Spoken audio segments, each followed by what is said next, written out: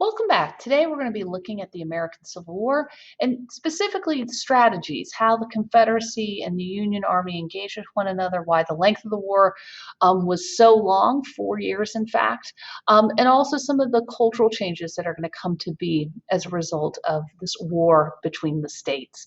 As you can see our different titles there, it's important to note that sometimes what we call a historical event today is not what it would have been referred to in its time. So during the time of the Civil War, and certainly for the generation to follow, people would have spoken of their experience in terms of the war between the states. They would have literally seen the country divided based on whatever issue, may it be slavery, states' rights, but they were sided one group of states against another. The war will get framed certainly by Southerners over time as one of Northern aggression, and we'll see as the course of the war lays out why they will come to use that term.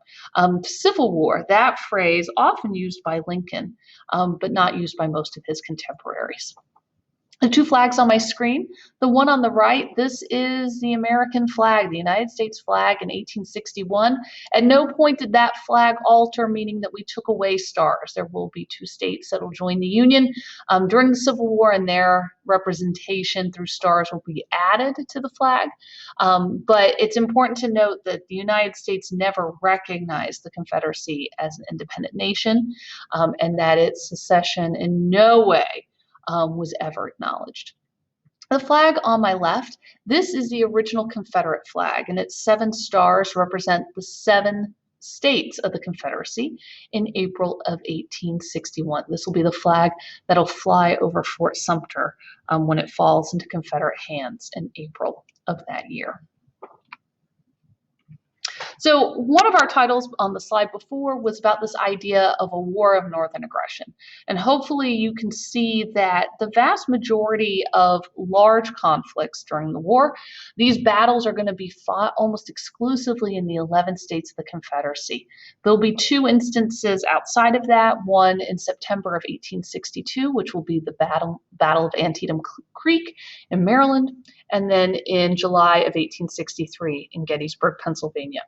But beyond that, Southerners are going to see the war in their own backyards, and that's going to shape for more than a generation how they are going to view this conflict. It's important to look at the data. If we were going to compare the North and the South as the war begins, who has the advantages? Who's most likely to win? Well, certainly the North, we can see its population. It's more than twice what it is in the South. We're going to see that railway mileage is almost twice as what, if not 3 times what it is in the South. We're going to see that there's much more manufacturing and a lot more workers in factory system at that time. The value of those products globally are going to be worth far more than manufactured goods coming out of the South. And there's just much greater wealth and liquidity in the North. With these factors in mind, it's important to understand that for Lincoln, and certainly for most Americans living in the North, they assumed this would be a short-lived war simply because the North had great advantage. The South, however, is going to be fighting a war for some reasons very different than perhaps Northerners are. The South is definitely going to see that their way of life vis-a-vis slavery is under threat.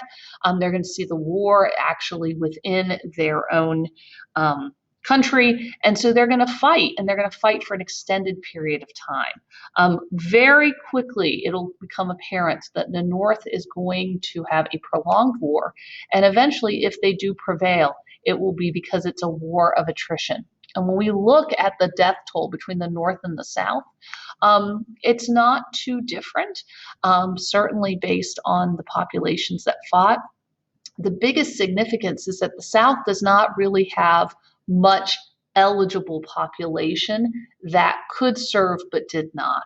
The North will have millions of people, millions of men who did not have to serve, either because they were able to get out of the draft, or they were people who simply weren't called into service. But it's apparent, certainly by 1862, that this could be a multi-year war, and the North, if just for the sake of money and men, could fight for a much longer period of time. Also, we've talked a little bit about the North and the South in terms of wealth. And I think it's important to look at this piece of data here, where we see if we look at the total amount of wealth that the country controlled at that time in terms of assets and liquidity, 75% of it is going to be found in those states in the Union. Why only 25% in the South? Well, for the few people who were truly millionaires due to this cotton agricultural economy, they are going to have multiple plantations. They're going to own hundreds of slaves. And in fact, those people may be some of the richest people in terms of assets, but in liquidity, the cash on hand, they're cash poor. They would have to sell those slaves. What cash they realize year after year is from the actual sale of cotton. And all of those things will work to the disadvantage of the South. So when we speak of war, we speak about mobilization. How do you bring your army together? How do you supply that army so it can go and fight and move it? And the South has a lot of disadvantages. About 9.5 million people are their population, but 2/3 of which cannot serve in the military, either because they're women or they're enslaved people. And so there is a limited number of people who can actually fight, and certainly for a prolonged period of time. Again, limited liquidity, limited infrastructure. There's not going to be the level of railroads, bridges, and just good quality uniform roads and canals as exist in the North. Also, the South is going to have to create a new constitution.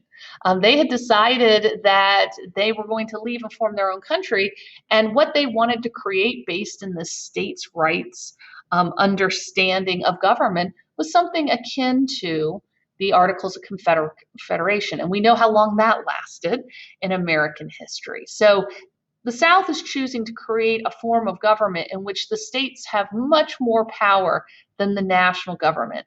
It was incredibly important to them that slavery be sanctioned, and that they even went a step further and said that abolition would never be a possibility during the existence of this Constitution.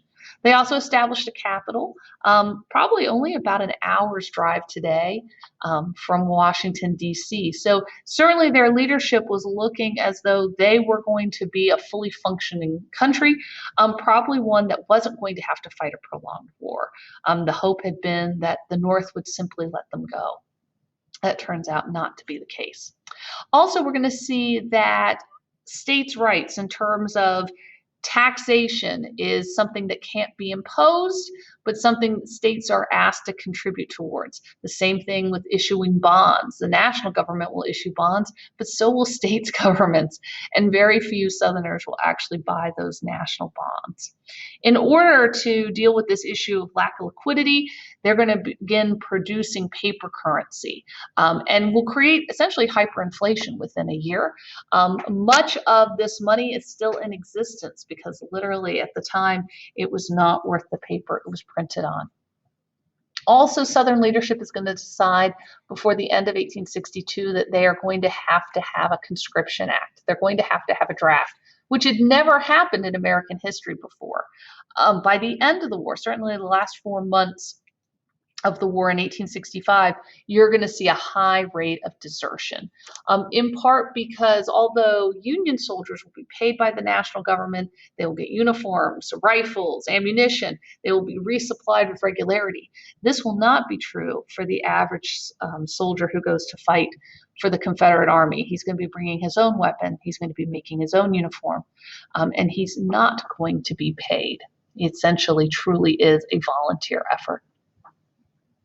The North, as it mobilizes, again, we saw how many advantages it has, but there's also going to be some disadvantages. Just because the national government had an army and a navy didn't mean it had a lot of people in active service. Until World War II, the tradition had always been in times of war, you ask for volunteers, eventually we'll move on to having some draft, but the idea is that when the war ends, those people are released from service, and you don't keep a large active military. In 1860, Lincoln is going to have to build a military, and after the attack on Fort Sumter in Charleston in 1861, he'll call for 100,000 volunteers, which he'll readily get. But their service is only until December 31st of 1861.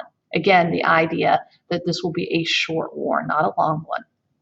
There's also going to be a large number of people within the population of the North who are going to believe that the war is not legitimate, that to fight, to shed blood over this issue, if these states wish to leave, let them leave. And the vast majority of people who felt like that were Northern Democrats.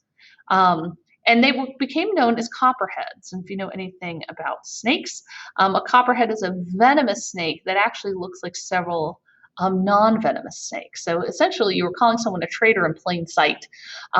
Many of the people who will identify as copperheads and publish material, disseminate information, or give direct aid to the Confederacy will find themselves imprisoned without trial. No writ of habeas corpus for them.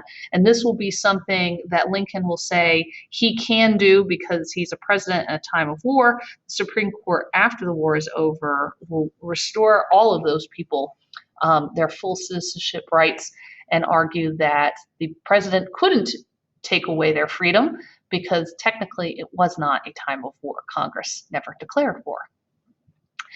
The North is also going to have to take and mobilize its entire army in another country effectively. So the idea that it wasn't that they were preserving and protecting their own peace, but they were actually bringing the war to the South. And logistically, that will be a challenge.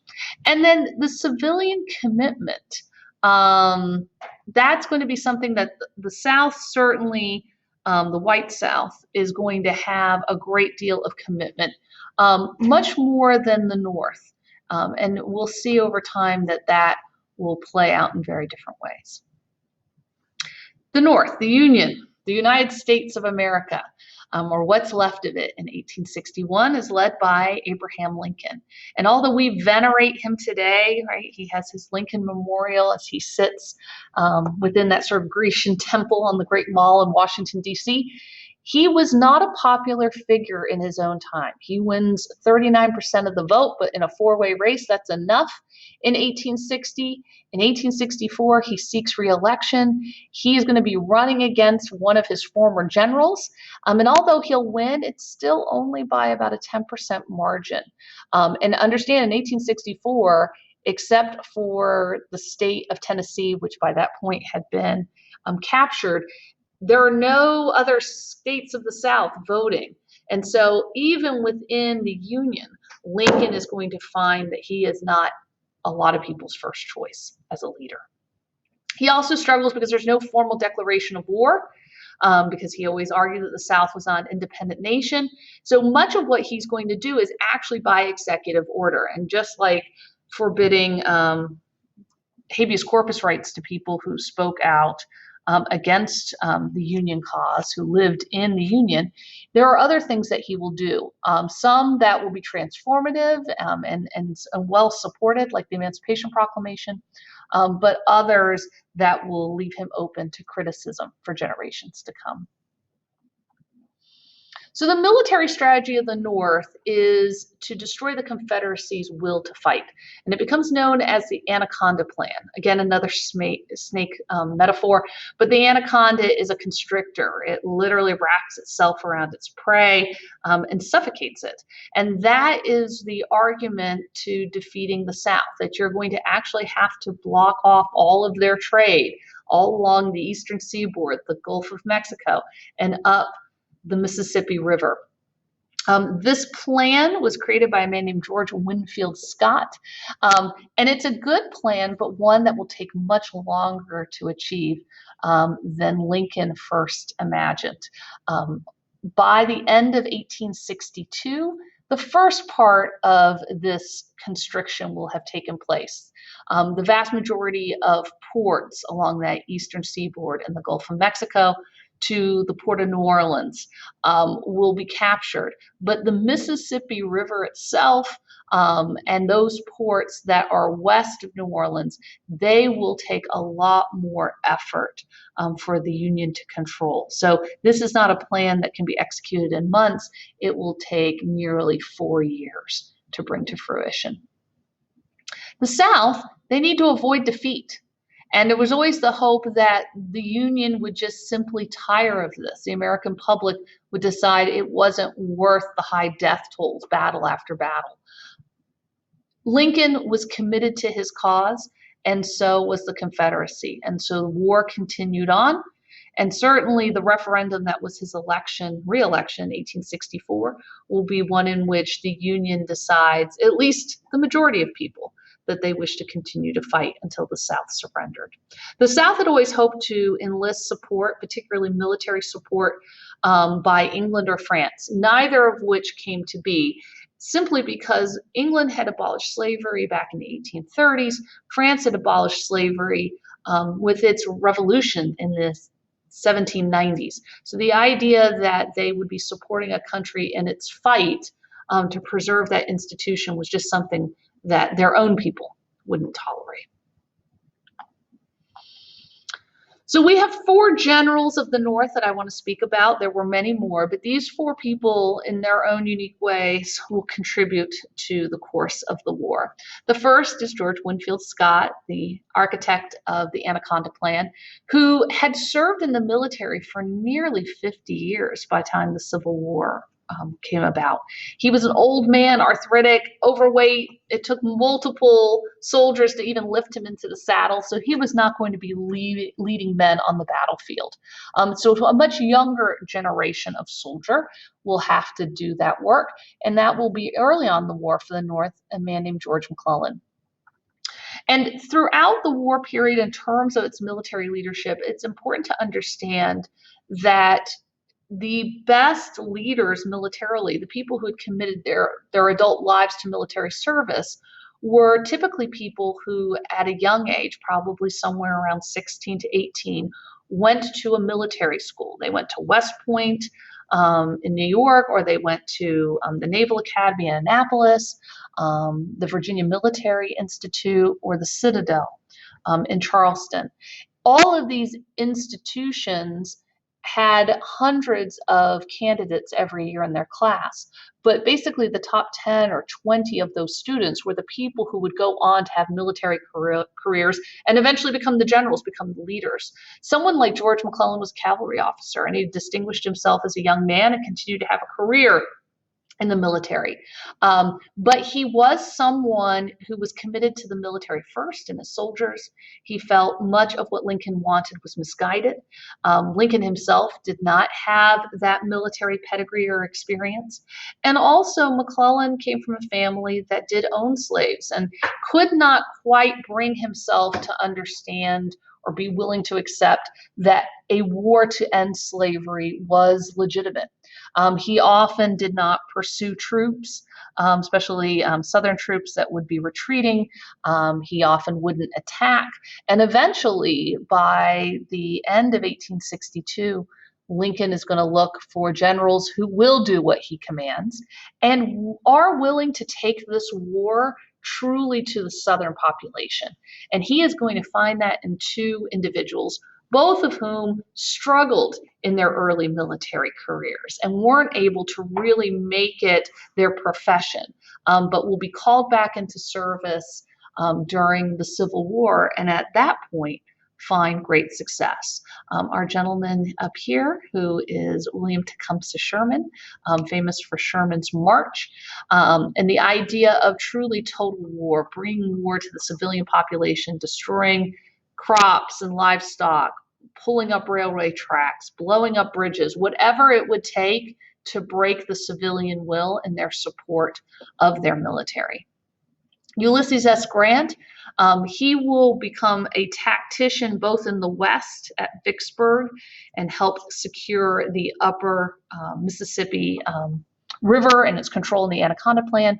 He will also lay a almost 2-year siege to the Confederate capital of Richmond, and is seen in many ways as sort of the architect of trench warfare, which will be utilized to a much greater effect in World War I. But both of these men were willing to do things tactically that were just seen as ungentlemanly and not really how war was fought in an earlier time.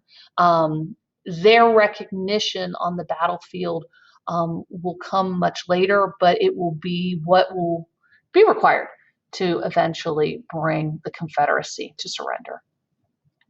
The South will benefit from a large number of very well-trained and highly regarded military leaders. People like Robert E. Lee, who was the head of the United States Army in 1860, and when his home state of Virginia seceded in April of 1861, he will follow suit. He will resign his commission and become a general in command of the Army of Northern Virginia for the Confederate States of America. Stonewall Jackson, Bedford Forrest, P.T. Beauregard, all of these men had at an early age gone to West Point, shown their great success, served gallantly in major positions during the Mexican-American War, and are going to be able to do much more with less. They at times will have half the size of army that they'll fight against the North with, and still, at worst, bring about a stalemate, if not a victory. They will be men who will be able to keep their troops fighting long past probably what was reasonable, considering how poorly supplied and at times barely fed these soldiers were. But that's going to be part of the reason why the South will be able to bring the North into an entrenched long-term war. It's important to think about the war in stages. So the first stage of the war is April of 1861, what will be the attack on the federal fort at Fort Sumter in Charleston Harbor. And with the loss of that, Lincoln calls into service 100,000 volunteers to be ready in June to fight at the Battle of Bull Run, or Manassas, Virginia. Not far from Washington, D.C., a lot of politicians came and rode out that day and stood on the hills surrounding the valley where the battle was to take place, and really thought they were going to just watch two sides fight one another. There would be a clear victory, and the issue would be resolved one way or another. Very quickly, although they were much larger in number, the Union Army will become discombobulated. Lack of communication. You will see a retreat be sounded, although it was not ordered, and essentially the Union vacates the battlefield. Although the Confederate Army is much smaller in size, the Union Army does not pursue them as they begin their retreat further into Virginia. And it's apparent that this is not going to be a war that will be over by December, that it will continue on for quite some time. The Union naval blockades, there certainly weren't enough ships to make sure that every port was always under the control. The ocean is vast. And so the Union blockades were certainly effective up to a point, but the South will be able to move certainly cotton exported to Europe and military supplies back across the Atlantic for quite some time. It really won't be until the later months of 1864 where we will see truly a naval blockade that will cut off all trade between the South and its economic partners in Europe. For Lincoln, his hope was that he would, with more men and more material, that he would be able to bring about a quick victory. And what he saw in battle after battle throughout 1861 and 1862 was that that was not going to happen. What's considered the bloodiest day of the American Civil War was at the Battle of Antietam Creek in Maryland in September of 1862. And today it would be hard for us to imagine 20,000 lives being lost in a given day. But that's what's going to happen at Antietam. And Lincoln realizes a couple things. McClellan still can't create a victory, although he had 2 times the soldiers as the Confederacy at that battle. He also realizes that McClellan won't pursue the enemy, which again, he could have done and perhaps brought about a much greater victory. And so he's going to need someone else besides George McClellan to lead his army, but he also is going to have to do some things that are going to make it much more difficult for the South to fight, and also to encourage more support of the Union fight. And he does that by issuing in October of 1862 the Emancipation Proclamation. It doesn't go in effect until January 1st of 1863, and it's going to serve certainly first and foremost a military purpose. Those enslaved people living within the 11 states of the Confederacy, currently not under any control of the Union Army, those individuals would be granted freedom. Furthermore, any person who was formerly a slave or a free person of color was invited to come and fight in the Union Army.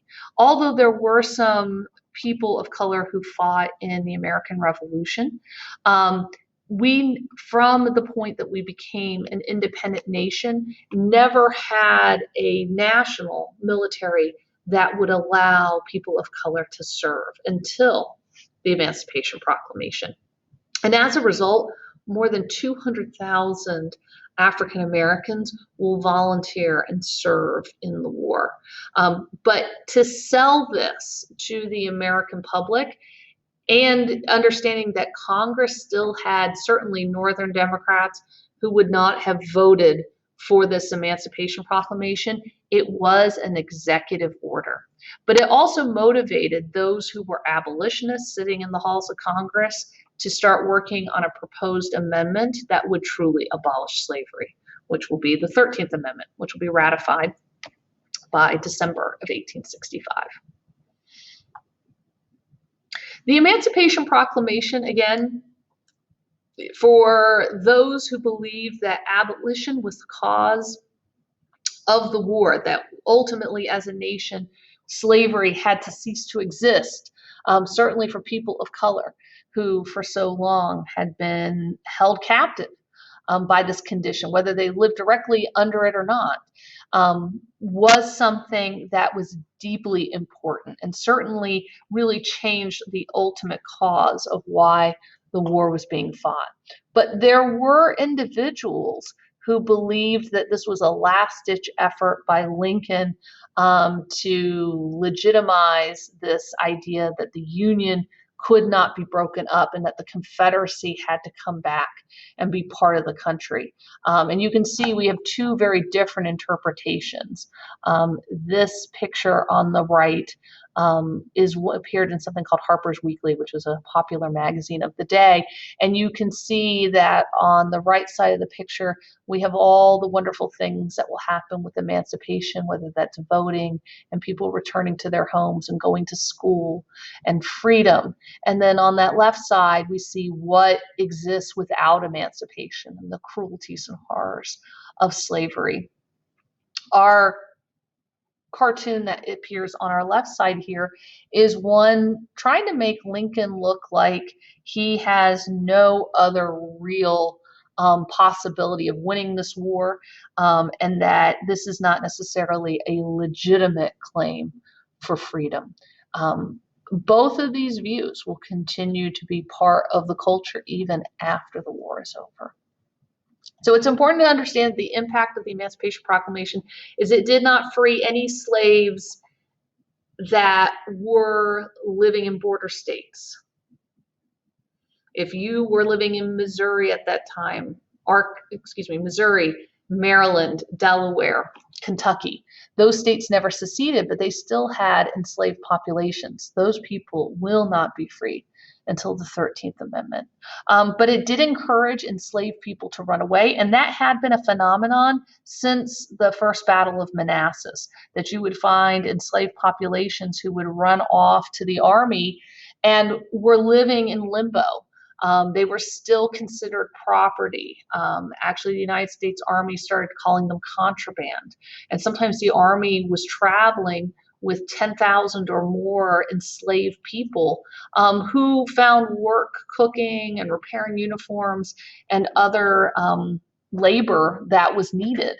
But they were not free people. And so it's important to understand that the Emancipation Proclamation also makes it absolutely impossible for Britain to ever consider siding with the Confederacy, because now it appears as though the American government has made a concrete decision about the future of slavery. We're going to see rapid advancements in technology, and unfortunately, history for millennia has shown that when people engage in the act of killing one another in warfare, that they often began to apply innovation, and the business of killing becomes far more efficient. But what becomes the modern repeating pistol, repeating rifle? What becomes the machine gun eventually, the Gatling gun? Literally being able to fire a weapon repeatedly and more effectively kill your enemy. Cannon and artillery will become far more sophisticated in terms of its firepower and its ability to be sighted and accurately reach its target. You're going to see siege warfare, trench warfare become the new way of attempting to bring about defeat versus sets of troops meeting on a battlefield in a stagnant or static formation. We will see people attempt to develop submarines and torpedoes to limited success in this time period. What will become the great battleships of the modern era are born in this time. So what were known as the Ironclads. They were both the two most famous ones, the Monitor and the Merrimac, that battle against each other at Hampton Roads in 1862. They were wooden ships that then were clad with iron. So the iron was affixed to the outside of the ship. And literally cannonballs bounced off of them. And it ultimately ushered kind of the what will be the demise of the wooden-hulled ship and a movement on to not only in the military, but in terms of all ocean-going vessels, the ironclad ship. The railroad being used to move troops, being the far more efficient form of transportation for goods and people, that will be readily seen as the Union Army can effectively resupply its troops and move them quite quickly. And then the telegraph, although it was used to some extent during the Mexican-American War, it will be far more used during the Civil War. And again, we have many battles, but just to give you a list of some that have great significance, either because of loss of life or it makes it possible for one side to gain some sort of tactical advantage over the other, even if just for a few months at a time. We spoke a little bit about total war, William Tecumseh Sherman and his march from Savannah to the sea and then following through the upper South northward. He will, in the course of almost 6 months, literally lay waste to the eastern corridor of the Confederacy. Crops will be burned, livestock killed, homes will be burned. The South will actually begin to at times burn its own farms and rip up its own railways if it's a way of trying to slow the advance of the Union Army. But you can see this is the railway station in Atlanta that was burned in 1864. But literally people running for their lives in the last few months of the war to be out of the way of the Union Army's advance. We're also going to see civilians take on roles that are non-military, but just as vitally important. The federal government will create something called the U.S. Sanitary Commission, but the volunteer service that is seen as sort of today as one of the greatest forms of aid in war-torn areas is the American Red Cross, and that was founded by Clara Barton, who was basically not accepted by the U.S. Sanitary Commission. So they asked for women to volunteer, but the U.S. Sanitary Commission had some very, very strict guidelines that Clara Barton was unable to follow.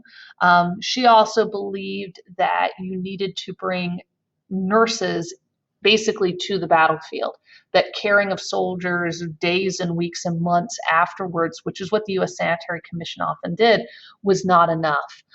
But she will create the American Red Cross in her efforts, and also show, and again, it's going with these ideas that women provide mothering and care, those stereotypes, those gender roles of the antebellum period, but also she demonstrated that women could bring those talents into the public sphere, and that was a legitimate form of women's participation. Both sides will have prisoner of war camps, and they will be places of horror. People will be confined in fenced-in yards with relatively little food, no sanitation, high rates of death due to festering wounds, dysentery, and other conditions. For the South, their largest prison camp will be a place called Andersonville. And the pictures on my screen, certainly the photographic evidence, was used to prosecute people who ran Andersonville at the end of the war. But Andersonville, Georgia, was a camp built to hold several thousand prisoners of war, and at one point held more than 30,000. The South could barely feed itself and its own people. It did not give money and medical attention to those that they had taken prisoner. And to perhaps explain, as we get into the Reconstruction period, why there were some individuals, particularly in the North, who felt that the South to some degree needed to be punished one way or another at the conclusion of the war. Things like what happened at Andersonville are a common reason of that. But the Civil War, as we go into its second phase, is going to be one in which we have solidified much of the Anaconda Plan, but also there's going to be a goal to finish the Anaconda Plan, so to control the upper Mississippi, but also, again, to take the war directly to the Confederate population, to capture its capital cities, places of wealth like Atlanta, Savannah. We wouldn't think so much of it today, but Columbia, South Carolina, Wilmington, even Raleigh, on its way to Richmond, but that you were going to have to bring the South to its knees. And certainly we will see that in the latter part of the war. There are really two battles that are kind of considered the military turning points of the war. The first one is Gettysburg, and really for two reasons. One, it is the second and last incursion that the Confederacy makes in the North. Tens of thousands of troops are wounded and killed over the course of 3 days in July of 1863. Gettysburg, huge loss of life on both sides. For the South, it means they will never attempt to invade North again, but it also means that there are significantly less men to fight. Essentially, the South put all of its resources into a great battle that they definitively lost. Because of the death toll at Gettysburg, and as a single battle over the course of 3 days, more men are killed there than at any other event in the war. There was a desire to consecrate the entire battlefield as a memorial to the dead. And that is where Lincoln will speak. Although he's not the main speaker of the day, he'll only speak for a few minutes in November of 1863.